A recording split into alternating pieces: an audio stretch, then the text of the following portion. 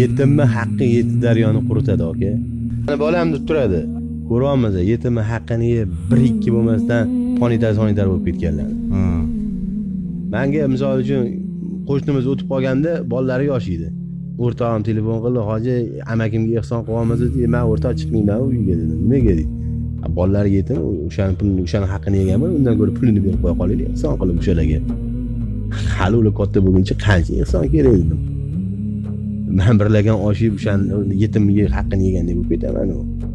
Deyman. Misol uchun meni to'g'risida prinsip, hammada prinsip bo'ladi. Aka, men ochig'ini aytaman. Meni ko'pchilik oshga yetadi, oshga bormayman men. Qaysidirini yetimi bo'lishi mumkin. Qaysidirini qayerdadir qarzi bo'lishi mumkin. Men u qarz olib turib sizga osh yedirganidan ko'ra men o'sha oshni yemay qolayman. Meni ham yetmay qo'ya qol, men ertaga kelajakda men bilmayman, meni xolasam qanaqa bo'ladi. O'g'lim uylanaman desa, meni pulim bo'lmasa, men kichikroq ehson qilaman desa, uni yegan oshim qarz bo'lib qoladi. To'g'ri, ehsondir. Lekin uni holatiga qarash kerak. Holatiga qarash kerak.